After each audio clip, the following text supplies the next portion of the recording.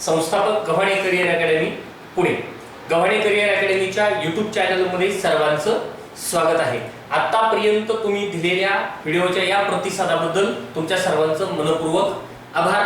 आजच्या या लेक्चरमध्ये किंवा आजच्या या व्हिडिओमध्ये आपण एक अत्यंत महत्त्वाचा टॉपिक या ठिकाणी आज घेतलेला आहे। त्या टॉपिकचं नाव आहे नफा तोटा, म्हणजे त्यालाच इंग्लिश मध्ये आपण असं म्हणतो प्रॉफिट ऑर लॉस। ठीक आहे, तर मग आपण आता या प्रकरणाला सुरुवात करूयात। या प्रकरणाला सुरुवात करण्याच्या पूर्वी नफा तोटा, खरेदी किंमत, विक्री किंमत, छापील किंमत, मूळ किंमत ह्या वेगवेगळ्या ज्या काही गणितामधल्या या प्रकरणामधल्या महत्त्वाच्या कन्सेप्ट आहेत, महत्त्वाचे मुद्दे आहेत, ते आपण सर्वात अगोदर क्लिअर करूयात। तर सर्वात अगोदर आपण क्लिअर करूयात किंवा पाहूयात खरेदी किंमत। आता खरेदी किंमत म्हटलं की आपल्या डोळ्यासमोर खरेदी येते। खरेदीलाच इंग्रजीमध्ये परचेस म्हणतात किंवा खरेदी किमतीलाच इंग्लिश मध्ये परचेस प्राइस असं म्हटलं जातं। पण आता मग खरेदी किंमत कशाला म्हणायचं? आपण एखादी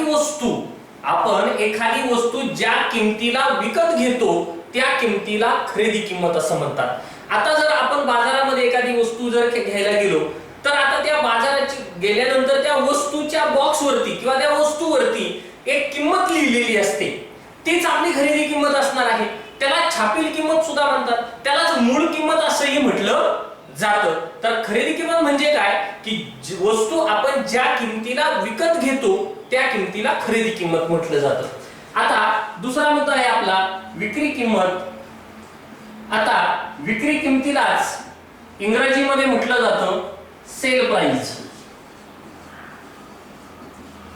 आपण वस्तू ज्या किमतीला विकणार आहोत त्या किमतीला विक्री किंमत म्हटलं जातं।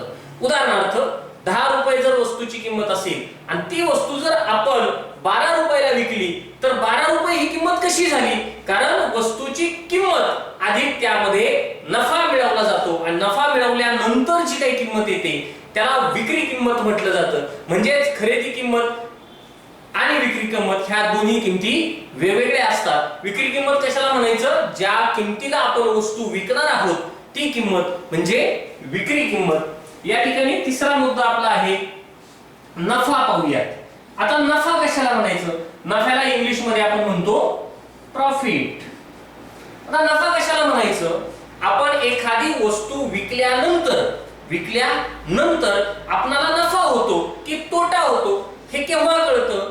जर वस्तूची खरेदी किमतीपेक्षा वस्तूच्या खरेदी किमतीपेक्षा विक्री किंमत ही जर जास्त असेल तर मात्र वस्तूच्या विक्रीमध्ये आपल्याला काय होतो? नफा होतो।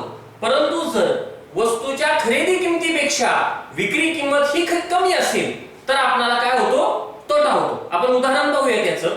आता समजा वस्तूची 100 रुपये ही खरेदी किंमत आहे आणि जर वस्तूची 100 रुपयाची खरेदी किंमत ही जर वस्तू आपण 110 रुपयाला विकली, 100 रुपये ही खरेदी किंमत आहे, वस्तू आपण किती रुपयाला विकलेली आहे?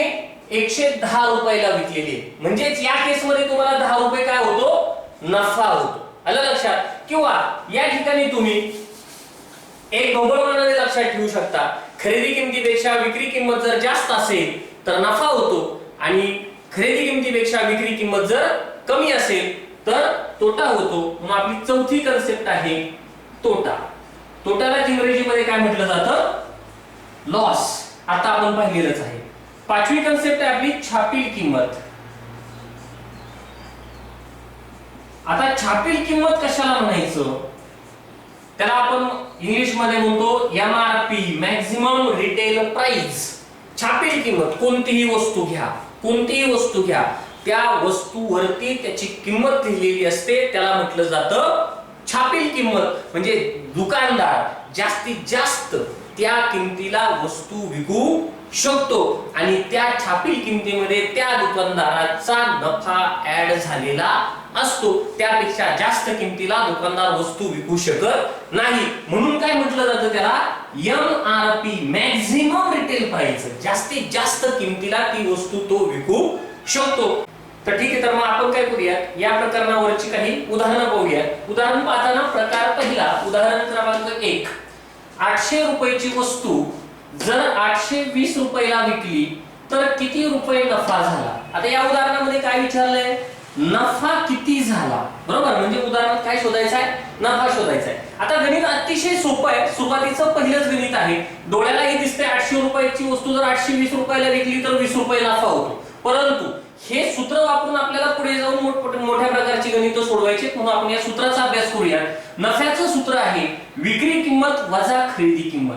आता विक्री किंमत किती आहे, 820 रुपये आहे, वजा खरेदी किंमत किती आहे, 800 रुपये आहे. 820 मधनं जर 800 गेले तर 20 रुपये खाली नफा राहतो. म्हणजेच आपला या गणितातील नफा जो विचारलेला आहे तो किती आहे, 20 रुपये आहे. आता आपण याच प्रकारातील उदाहरण क्रमांक 2 पाहूया. 840 रुपयाची वस्तू जर 800 रुपयाला विकली तर किती रुपये तोटा झाला. पहा, वस्तू किती रुपयाची आहे, 840. किती रुपयाला विकली आहे, 800. काय शोधायचं उदाहरणामध्ये, तोटा किती झाला. आता तोट्याचं सूत्र पहा. तोट्याचं आपलं सूत्र आहे खरेदी किंमत वजा विक्री किंमत. आता या ठिकाणी खरेदी किंमत किती आहे, 840 रुपये आहे. 840 रुपये वजा 800 रुपयाला विकली, विक्री किंमत किती झाली, 800 रुपये. या ठिकाणी 840 मधून जर 800 गेले तर खाली किती राहतात, 40 रुपये. म्हणजेच या उदाहरणाचं उत्तर किती आहे, 40 रुपये तोटा झालेला आहे.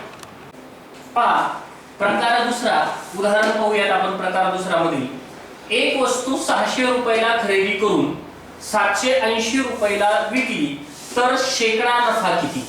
आतापर्यंतची जी काही दोन उदाहरणं आपण पाहिली तो आपण सरळ नफा म्हणजे प्रत्यक्ष नफा आणि प्रत्यक्ष तोटा किती झाला यावर पाहिली होती. आताचं गणित आपल्याला पाहायचंय शेकडा नफा किती झालेला आहे.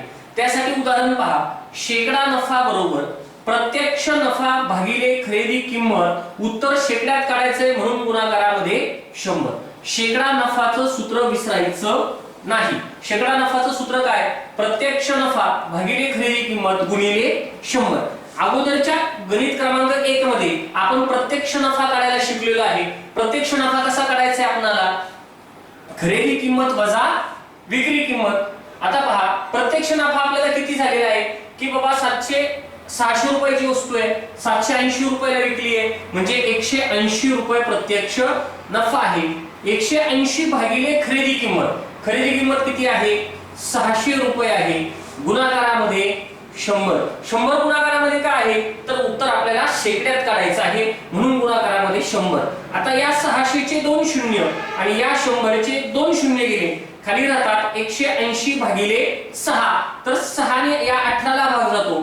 6 एके 6 आणि 6 त्रिक 18 आणि हा 0 म्हणजेच उत्तर आलेला आहे 30. पण शेकड्यात उत्तर असल्यामुळे आपल्याला पर्सेंटेजचं चिन्ह लिहावं लागेल. म्हणजे शेकडा नफा किती झालेला आहे, 30% शेकडा नफा झालेला आहे. आता आपण प्रकार 2 मधीलच दुसरे उदाहरण पाहूया. एक वस्तू 1000 रुपयाला खरेदी करून 800 रुपयाला विकली तर शेकडा तोटा किती. या अगोदरच्या उदाहरणामध्ये आपण शेकडा नफा किती पाहिलं होतं. आताच्या या उदाहरणामध्ये आपण शेकडा तोटा किती पाहूया. आता शेकडा नफा आणि शेकडा तोटा याचा जो फॉर्म्युला आहे किंवा याचं जे सूत्र आहे ते जवळपास सारखंच आहे. आता शेकडा नफा होता तेव्हा आपण इथे प्रत्यक्ष नफा घेतला होता. आता शेकडा तोटा पाहत असताना आपण प्रत्यक्ष तोटा घेऊयात भागिले खरेदी किंमत गुणाकारामध्ये 100. आता प्रत्यक्ष तोटा काढूयात सुरुवातीला. आता 1000 रुपयाची वस्तू जर 800 रुपयाला विकली तर 200 रुपये तोटा होतो. म्हणजे 200 भागिले खरेदी किंमत आहे 1000 रुपये गुणाकारामध्ये 100. आता या ठिकाणी 1000 चे 2 शून्य आणि या 100 चे 2 शून्य गेले. हा 10 चा 1 शून्य गेला, या 200 चा 1 शून्य गेला. भागाकारामध्ये एकच शिल्लक राहिलेला आहे आणि वरती 20 आहे. तर आपलं उत्तर आहे 20%. या उदाहरणामध्ये आपल्याला शेकडा तोटा किती झालेला आहे, 20% शेकडा तोटा झालेला आहे. प्रकार तिसरा, आपण प्रकार तिसरा पाहूयात. उदाहरण आहे एका खुर्चीची विक्री किंमत 2080 रुपये ठेवल्यामुळे 30% नफा झाला तर त्या खुर्चीची मूळ किंमत किती. म्हणजेच आपल्याला मूळ किंमत शोधायची आहे. पहा उदाहरणामध्ये काय काय दिले ते सुरुवातीला पाहूयात. एका खुर्चीची विक्री किंमत आहे. पहा विक्री किंमत किती दिली आहे, 2080 आणि तिला नफा किती झालाय तेव्हा 2080 रुपये विक्री किंमत ठेवल्यामुळे 30% नफा झालाय, तर आपल्याला खुर्चीची मूळ किंमत शोधायची. मूळ किंमत म्हणजेच खरेदी किंमत, हे कधी विसरायचं नाही. मग आपण खरेदी किंमतीचं सूत्र वापरूयात. खरेदी किंमत जर काढायची असेल तर विक्री किंमत गुणिले 100 भागिले 100 अधिक शेकडा नफा, हे सूत्र आपल्याला वापरावं लागेल. सूत्रामध्ये आपण किमती भरूया. विक्री किंमत किती आहे? 2080 गुणिले 100 भागाकारामध्ये 100 अधिक शेकडा नफा. शेकडा नफा किती झालेला आहे? 30. पहा पुढे जाऊया. आता हे 2080 गुणिले 100 याचा जर गुणाकार केला तर उत्तर येते 2,08,000 भागिले 100 अधिक 30 130. 130 चा हा 1 0 आणि ह्या 2,08,000 चा 1 0. मला वाटतं 13 न या ठिकाणी 208 ला भाग जातो 16 न, म्हणजे 16 आणि हे राहिलेले 2 0 उत्तरामध्ये लिहूयात. हे 16 आणि हे 2 0 म्हणजे झाले 1600, म्हणजेच 1,600. म्हणजेच आपली जी काही मूळ किंमत आपल्याला शोधायला लावली होती ती मूळ किंमत आहे 1,600. प्रकार चौथा पाहूयात. उदाहरण आहे 400 रुपयाची वस्तू 40% नफ्याने विकली तर त्या वस्तूची विक्री किंमत किती? याच्या अगोदरच्या उदाहरणामध्ये आपण पाहिलं होतं खरेदी किंमत किती. आताच्या उदाहरणामध्ये पाहणार आहोत आपण विक्री किंमत किती. आता पहा वस्तूची किंमत किती आहे? 400. किती टक्के नफ्याने विकली आहे? 40% नफ्याने. आता विक्री किंमतीचं सूत्र पहा सर्वात अगोदर. विक्री किंमतीचं सूत्र आहे वस्तूची किंमत गुणिले कंसात 100 अधिक शेकडा नफा भागाकारामध्ये 100. सूत्र विसरू नका. वस्तूची किंमत किती आहे? 400. 400 गुणिले कंसात 100 अधिक शेकडा नफा. किती टक्के नफा आहे? 40%. मग 100 अधिक 40 किती झाले? 140 भागाकारामध्ये 100. ह्या शून्याला हा 1 शून्य गेला, या शून्याला हा 1 शून्य गेला. खाली किती राहिले पहा? 40 गुणिले 14. 40 गुणिले 14 यांचा गुणाकार किती येतो? 560 रुपये. म्हणजेच वस्तूची विक्री किंमत किती आहे? 560 रुपये. प्रकार पाचवा पाहूयात. उदाहरण आहे 1,000 रुपये वस्तू 20% तोट्याने विकली तर वस्तूची विक्री किंमत किती? आता या ठिकाणी विक्री किंमत शोधायची आहे, परंतु वस्तू कशी विकली आहे? तोट्याने विकली आहे. सूत्र पहा. वस्तूची विक्री किंमत बरोबर वस्तूची किंमत गुणिले 100 वजा तोटा. जर इथं नफ्यानं विकली असती तर इथे 100 अधिक शेकडा नफा लिहिला असता, परंतु या ठिकाणी शेकडा तोट्याने विकलेली आहे म्हणून 100 वजा शेकडा तोटा भागिले 100. या सूत्रामध्ये आपण किमती भरूयात. वस्तूची किंमत किती दिली आहे? 1,000 रुपये गुणिले 100 वजा तोटा, म्हणजे 100 वजा तोटा किती आहे? 20%. म्हणजे 100 वजा 20 किती झाले? 80 भागिले 100. पहा या ठिकाणी आपण आता या शून्याला हा शून्य घालूयात, या शून्याला हा शून्य घालूयात. खाली किती राहिले? 10 आणि हे 80, म्हणजे 10 गुणिले 80 बरोबर उत्तर किती येते? 800. म्हणजेच काय? विक्री किंमत किती आली आपली? 800 रुपये ही आपली विक्री किंमत आलेली आहे. प्रकार सहावा पाहूयात. उदाहरण आहे जर 400 वस्तूंची खरेदी किंमत ही 500 वस्तूंच्या विक्री किमती एवढी आहे तर शेकडा तोटा किती? आता शेकडा तोटा काढताना सूत्र आहे फरक भागिले विक्रीच्या वस्तू गुणिले 100. आता सूत्रामध्ये किमती भरूया. फरक किती आहे? आता 400 आणि 500 मध्ये फरक किती आला? 100 चा फरक आहे. भागाकारामध्ये वस्तू विक्रीच्या वस्तू किती आहे? 400 वस्तूंची खरेदी किंमत ही 500 वस्तूंच्या विक्री किमती एवढी, म्हणजे विक्रीच्या वस्तू किती आहे? 500 गुणिले 100. आता एक काम करूया आपण. ह्या 500 चे 2 शून्य आणि या 100 चे 2 शून्य गेले. खाली किती राहिला? 100 भागिले 5. मला वाटतं 5 1 5 आणि 20 5 100. तर उत्तर येते 20%. म्हणजेच काय? शेकडा तोटा किती झालेला आहे? 20% हा शेकडा तोटा झालेला आहे. पहा प्रकार सातवा. उदाहरण आहे ए ने एक वस्तू बी ला 20% नफ्याने विकली व बी ने सी ला ती 30% नफ्याने विकली. तर त्याला 90 रुपये जास्त मिळाले, तर त्या वस्तूची मूळ किंमत किती? बघा, ए ने एक वस्तू बीला 20% नफ्याने विकली, तीच वस्तू बी ने सी ला 30% नफ्याने विकली आणि नफ्यात 30% नफ्याने विकल्यामुळे त्याला 90 रुपये जास्त मिळतात, तर आपल्याला वस्तूची मूळ किंमत, एक गोष्ट नेहमी लक्षात ठेवा, मूळ किंमतीलाच काय म्हटलं जातं? खरेदी किंमत. मग आपल्याला खरेदी किंमत शोधायची आहे. उदाहरणामध्ये या सूत्रामध्ये आपण किमती करूया. मूळ किमतीचं किंवा खरेदी किमतीचं सूत्र आहे जास्तीचे पैसे गुणिले 100 भागिले नफ्यातील फरक. आता जास्तीचे पैसे किती मिळाले? 90 रुपये मिळाले. 90 गुणिले 100 भागाकारामध्ये नफ्यातील फरक. आता मला सांगा 20% नफा आणि 30% नफा या दोघांतील नफ्यातील फरक किती आला? 10. म्हणून आपण भागाकारामध्ये लिहूया 10. आता पहा 90 गुणिले 100 हे होतात 9000. 9000 भागिले 10, याला एक शून्य गेला, याला एक शून्य गेला, खाली किती राहिले?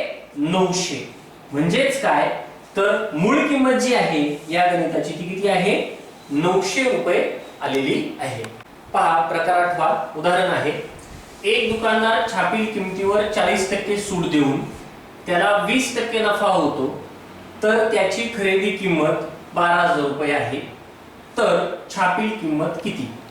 काय दिले? एक दुकानदार छापील किमतीवर 40% सूट देतो, म्हणजे 40% डिस्काउंट देतो, तेव्हा त्याला 20% तोटा होतो, तर त्याची खरेदी किंमत किती होती?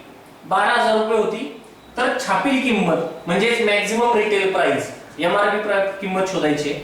छापील किमतीचं सूत्र नेहमी लक्षात ठेवा, खरेदी किंमत गुणिले 100 वजा शेकडा तोटा भागिले 100 वजा शेकडा सूट. खरेदी किंमत किती आहे? 12000 रुपये आहे, गुणिले 100 वजा शेकडा तोटा. तोटा कुठे दिलेला आहे? 20% तोटा होतो. मग 100 वजा 20 किती आले? 80. भागाकारामध्ये 100 वजा शेकडा सूट. आता सूट किती दिली होती त्यांनी? 40. मग 100 वजा 40 किती आले? 60. पहा या शून्याला हा एक शून्य गेला, 6 1 6, 6 2 12, खाली राहिले 200 गुणिले 80, 8 2 16 आणि हे 3 शून्य, किंमत आली 16000 रुपये. म्हणजे त्याची छापील किंमत किती आहे? 16000 एवढी छापील किंमत आहे. प्रकार 9 पाहूयात. उदाहरण आहे, 8 पंखे 15950 रुपयास विकल्याने 3 पंख्यांच्या खरेदी किमती एवढा नफा होतो, तर पंख्यांची खरेदी किंमत किती? आता मला एक सांगा, किती पंखे? 8 पंखे 15950 ला विकले, 3 पंख्यांच्या खरेदी किमती एवढा नफा होतो. मग आपण एक काम करूयात, 8 पंख्यांची विक्री किंमत आणि नंतर बघूयात आपण एकूण पंख्यांची खरेदी किंमत. मग आता पहा उत्तरामध्ये 8 पंख्यांची विक्री किंमत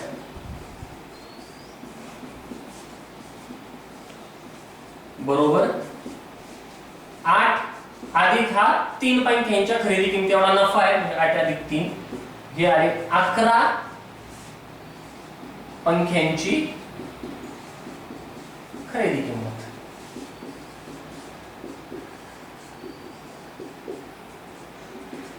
हे आली 11 पंख्यांची खरेदी किंमत. आता 8 पंखे किती रुपयाला विकले? 15950 भागिले 11 पंख्यांच्या खरेदी किमती एवढी म्हणून भागिले 11. आता 15950 भागिले 11 जर याला जर आपण भाग घालवला तर उत्तर येते आपलं 1450 रुपये. म्हणजेच काय, आता ह्या पूर्ण किमतीला कितीने भागले? 11. त्याच्यामुळे उत्तर कितीचे मिळाले? 1 चं. म्हणून एक पंख्याची किंमत किती मिळालेली आहे आपल्याला? 1450 रुपये. आणि एका पंख्याची खरेदी किंमत किती? तर 1450 रुपये ही एका पंख्याची खरेदी किंमत आहे. प्रकार 10. उदाहरण, एका व्यक्तीने एक घड्याळ 540 रुपयाला विकल्याने 10% तोटा झाला. जर 20% नफा व्हावा अशी त्याची इच्छा असती तर त्याने ते घड्याळ किती रुपयाला विकायला हवे? सोपं आहे बघा.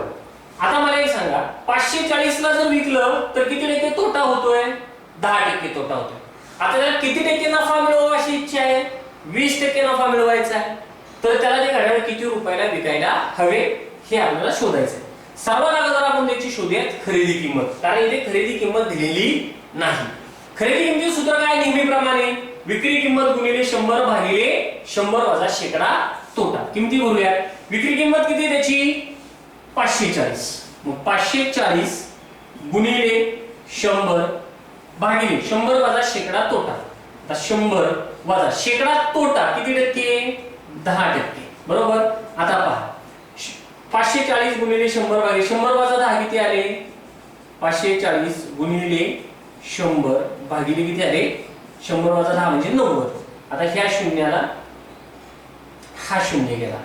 9 एके 9, 9 सक 54 म्हणजे किती राहिले इथे? 60 गुणिले 10. उत्तर किती आलं? 600 रुपये. 600 रुपये ही काय आली तुमची खरेदी किंमत. आता उत्तर काय काढायचे? किती रुपयाला विकायला हवे. म्हणजे आता खरेदी किंमतीवरून काय शोधायची आहे? विक्री किंमत. मग आपण विक्री किंमत शोधूया. आता आपण काय शोधूयात? विक्री किंमत शोधूयात. विक्री किंमतीचे सूत्र काय आहे? खरेदी किंमत गुणिले कंसात 100 अधिक शेकडा नफा भागिले 100. आता किंमती बघूयात. खरेदी किंमत आपण आता शोधलेली खरेदी किंमत किती आहे? 600. मग 600 गुणिले 100 अधिक शेकडा नफा. नफा किती आहे? 20 अधिक 100 120 भागिले 100. आता या शून्याला हा शून्य गेला, या शून्याला हा शून्य गेला. आता पहा खाली काय आले? 60 गुणिले 12 म्हणजे 1272. उत्तर किती आलं? 720 रुपये. तर हे घड्याळ किती रुपयाला विकायला हवं? त्यांनी 720 रुपयाला घड्याळ हे विकायला हवं. अशा पद्धतीने आपण नफा आणि तोटा हे प्रकरण अतिशय व्यवस्थितपणे सांगण्याचा प्रयत्न केलेला आहे. जर तुम्हाला काही प्रश्न असतील तर तुम्ही या कमेंट बॉक्स मध्ये किंवा तुम्ही या व्हिडिओच्या कमेंट बॉक्स मध्ये मला प्रश्न विचारू शकता. मी त्याचा उत्तर देण्याचा नक्कीच तुम्हाला प्रयत्न करेन. हा जर व्हिडिओ तुम्हाला आवडला असेल तर नक्कीच गव्हाणे करिअर अकॅडमीच्या या युट्यूबच्या चॅनलला सबस्क्राईब करा, कारण यापेक्षाही अधिक चांगले व्हिडिओ वेगवेगळ्या प्रकरणावरती आपण या ठिकाणी तुमच्यासाठी देणार आहोत. तर या व्हिडिओला किंवा या चॅनलला सबस्क्राईब करायला विसरू नका. पुनश्च एकदा महाराष्ट्रातील स्पर्धा परीक्षा करणाऱ्या तमाम विद्यार्थी मित्र मैत्रिणींना अभ्यासासाठी खूप खूप शुभेच्छा देतो. धन्यवाद.